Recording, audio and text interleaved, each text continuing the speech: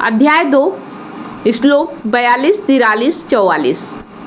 आज हम इन्हीं श्लोकों पर बात करने वाले हैं। कृष्ण कहते हैं, हे पार्थ, अल्प बुद्धि वाले, वेदोक्त काम में कर्मों की प्रशंसा करने वाले, स्वर्गप्रद कर्मों के अतिरिक्त और कुछ नहीं है, ऐसे मन का पोषण करने वाले, कामना युक्त स्वर्ग लाभ को ही परम पुरुषार्थ मानने वाले, जन्म रूप कर्म फल तथा सुख भोग और ऐश्वर्य प्रदान करने वाली अनेक प्रकार की क्रियाओं के प्रति आसक्त लोग जो अपने मत की पुष्टि में सुनने में खुसकर बातें कहा करते हैं, उनसे भोग और ऐश्वर्य में आसक्त व्यक्तियों का चित्त मोहित हो जाता है। ऐसे लोगों के अंतःकरण में ईश्वर संबंधित निश्चयात्मक ज्ञान टिक नहीं पाता। 43वें और 44वें श्लोक में कह रहे हैं कि मैं जो बात बताने जा रहा हूँ वो 42वें में कहा था ना, मैं जो बात बताने जा रहा हूँ वो अज्ञानियों के अनिश्चयात्मिकता बुद्धि में नहीं आने वाली। उनको दूसरी, तीसरी और चौथी जो बातें हैं वो ज्यादा सुनाई देती हैं, उनका मन उधर ज्यादा लगता है।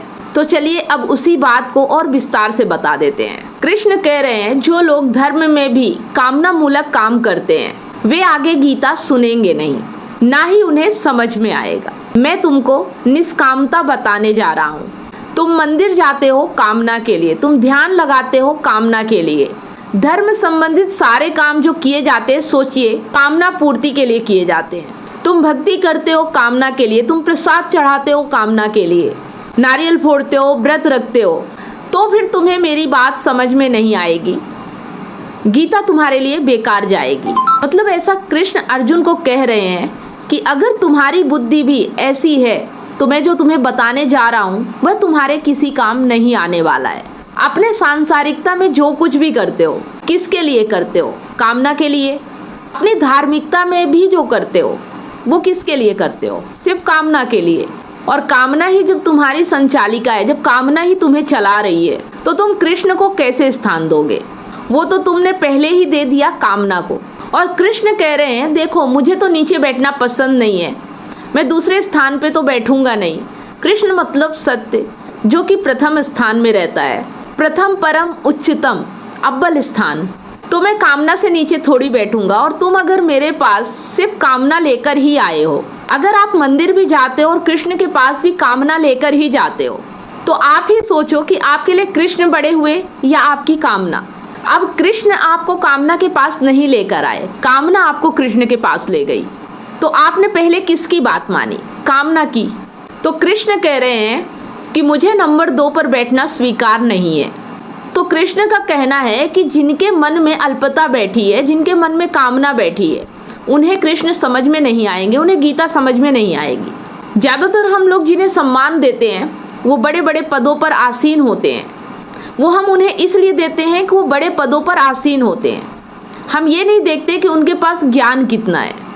तो जो लोग ऐसे लोगों को सम्मान देते हैं उन्हें कृष्ण नहीं समझ में आएंगे। तो कृष्ण का कहना है कि सबसे पहले नियत और इरादा साफ होना चाहिए। माने जिनका पुनर्जन्म वगैरह में विश्वास होता है उन्हें गीता समझ में नहीं आएगी।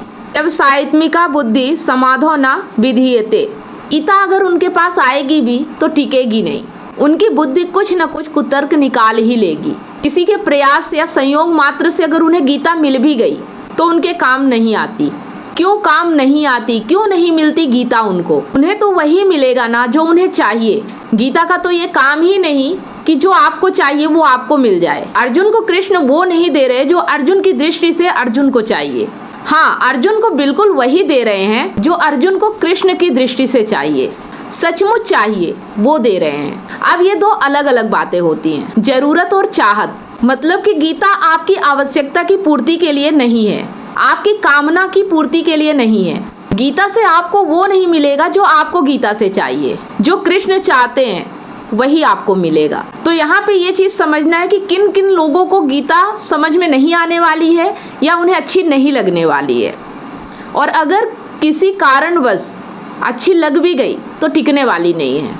तो आज के 42, 43 और 44 के श्लोक में हमने ये चीज़ें समझ ली है बहुत ही अच्छे तरीके से। कृष्ण अर्जुन से कह रहे हैं, जो मैं निष्काम कर्मयोग की बात बताने जा रहा हूँ अर्जुन, वो तुम्हें इस तरह से समझ में नहीं आएगी। अगर तुम्हारी बुद्धि भी इस तरह है तो संभल जाओ, नहीं तो आगे तुम्हारे दिमाग में ये बात जाने वाली नहीं है। ये चीज़ें हमें भी समझना है।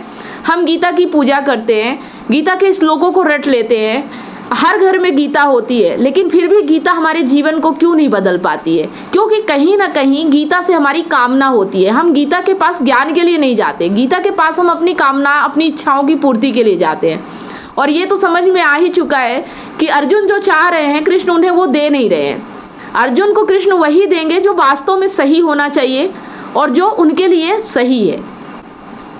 तो इस तरह से गीता हमारे लिए कितनी उपयोगी है, ये चीज़ें अब आपको इन श्लोकों के माध्यम से, इस हिंदी अनुवाद या इस अर्थ के माध्यम से जो चीज़ें अब समझ में आ रही हैं, क्या आपने अभी तक गीता के बारे में ऐसे समझा था? कमेंट करके ज़रूर बताइएगा। वीडियो अच्छा लगा तो लाइक करना और ज़्यादा से ज़्यादा इससे अपने दोस्तों और ज़रूरतमंद लोगों के साथ शेयर जरूर करना, ताकि उनकी लाइफ में भी प्रकाश आ सके और अंधेरा दूर जा सके। मिलते हैं नेक्स्ट श्लोक में, तब तक आप सभी लोगों को वीडियो अंत तक देखने के लिए बहुत बहुत धन्यवाद।